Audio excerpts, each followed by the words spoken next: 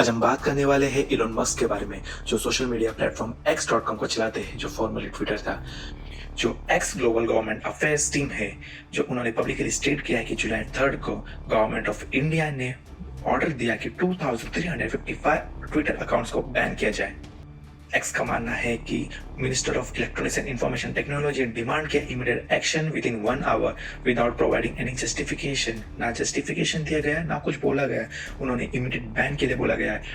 और उन्होंने बोला है कि failure to comply with the government of India can risk criminal liability under section 69A of the IT act.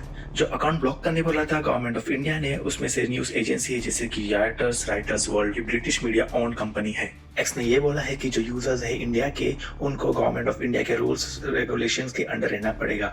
जो अगर बैन हो जाओगे तो आप लीगल रेमेडीज लीजिए ताकि आप बैन हटा सके। जब लोगों ने पब्लिक आउटरीच दिखाया और गवर्नमेंट के अगेंस्ट हो गए, तो गवर्नमेंट ऑफ इंडिया ने अनब्लॉक के लिए रिक्वेस्ट किया X.com को, क्योंकि पब्लिक आउटक्राई बहुत हो चुका था। अभी गवर्नमेंट ऑफ इंडिया का ये कहना है कि उन्होंने कोई ऑर्डर नहीं दिया था X.com को कि बैन करे, कोई भी ब्लॉक करे कोई भी अकाउंट यूजर का, इंक्लूडिंग द राइटर्स। और गवर्नमेंट ऑफ इंडिया का ये भी एक्यूजेशन है कि X.com ने जानबूझ के लेट किया अनब्लॉकिंग करने में, और जिसके कारण 21 आवर्स लगे despite the following follow ups by the government of India. ये पिछले भी केसेस है कि गवर्नमेंट ऑफ इंडिया और X.com का पहले से ही एक क्लैशेस है, जहाँ पे एक्स ने चैलेंज किया था इंडियन गवर्नमेंट को कंटेंट ब्लॉकिंग ऑर्डर्स के लिए, जो केस चल रहा था कर्नाटका हाई कोर्ट में। और ये आर्ग्यूइंग ये था कि जो IT एक्ट है एक्सेसिव परमिशन देता है, उनको एक्सेसिव पावर देता है, जो कोई भी ऑफिशियल्स जो है वो किसी का भी अकाउंट टेक डाउन कर सके या फिर किसी को भी बैन कर सके या फिर कुछ भी कर सके जिससे गवर्नमेंट ऑफ इंडिया का फायदा हो सके।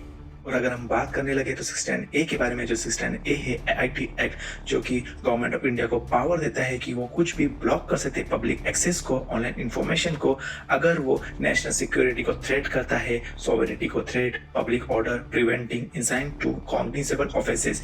ये एप्लीकेशन ये कहता है कि अगर वो कुछ भी यूजर है या कोई भी पोस्ट है जिससे नेशनल सिक्योरिटी को थ्रेट हो, वो सीधा ब्लॉक कर दिया जाएगा without any explanation from the user.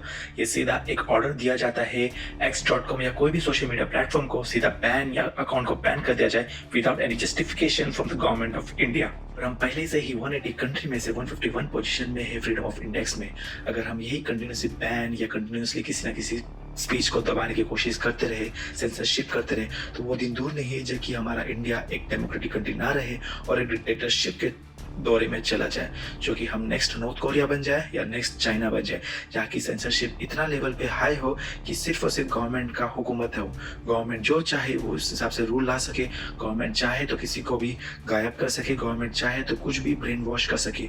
हमें ये चीज़ के अगेंस्ट होना चाहिए, हमें सिर्फ डेमोक्रेसी को बचाना है। फ्रीडम ऑफ स्पीच ये कहता है कि हमें अपना बोलने का हक है, हमें अपने व्यक्तित्व विचार का हक है। किसी का भी विचार को हम रोक नहीं सकते हैं, क्योंकि एक डेमोक्रेटिक लोकतंत्र कंट्री है भारत हमेशा एक संविधान फॉलो करने वाला कंट्री रहेगा और फॉलो करता रहेगा, जिसपे ये भी अधिकार है हर एक नागरिक का कि वो अपने आवाज को बोल पाए, ना कोई गवर्नमेंट दबा पाए, ना कोई न्यूज चैनल दबा पाए। हमने फ्रीडम छीन के लिए है, हमने लड़ के लिया है, हमने वायलेंट हो के लिया है, हमने अपने हक के लिए लड़ा है। अगर हम वापस से गुलामी के दौर में जाना चाहते हैं तो वो मंजूर नहीं है। हमें अपने हक के लिए लड़ना है।